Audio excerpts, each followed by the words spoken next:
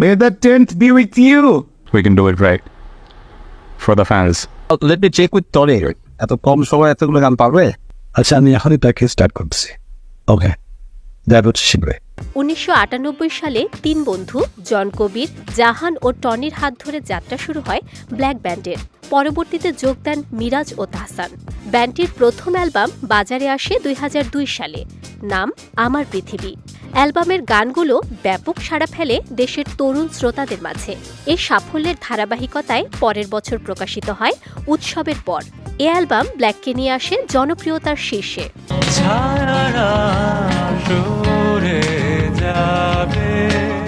2004 সালের 20 এপ্রিল চট্টগ্রামে কনসার্ট শেষ করে ঢাকায় ফেরার পথে সড়ক দুর্ঘটনার কবলে পড়েন ব্ল্যাকের সদস্যরা।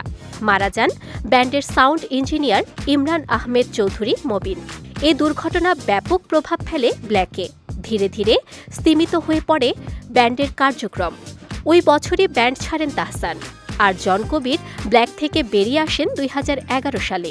অনেক বছর পর আবার ব্ল্যাকে ফিরছেন জন ও তাহসান। 24 এপ্রিল ব্ল্যাক ব্যান্ডের ফেসবুক পেজে একটি ভিডিও পোস্ট করা হয়েছে। তাতে দেখা যাচ্ছে একটি বিশেষ পরিকল্পনা করেছেন জন। সেটা ফোনে জানাচ্ছেন মিরাজকে। তিনি ফোন করে খবরটি জানান তাহসানকে। শুনেই উচ্ছ্বাস প্রকাশ করেন তাহসান। ক্যাপশনে লেখা ব্যাক টু স্কুল থেকে অনেকে অনুমান করেছেন আবারও এক হচ্ছেন ব্ল্যাকের সদস্যরা। May the 10th be with you. We can do it right. For the fans. Let me check with Tony. এত কম সময় এতগুলো গান পারবে? আচ্ছা আমি এখনই তাকে স্টার্ট করছি। ওকে, দেখা হচ্ছে শীঘ্রই। একমাত্র ওয়ালটন এসি দিচ্ছে 1 বছরের রিপ্লেসমেন্ট গ্যারান্টি এবং কম্প্রেসারের 10 বছরের গ্যারান্টি।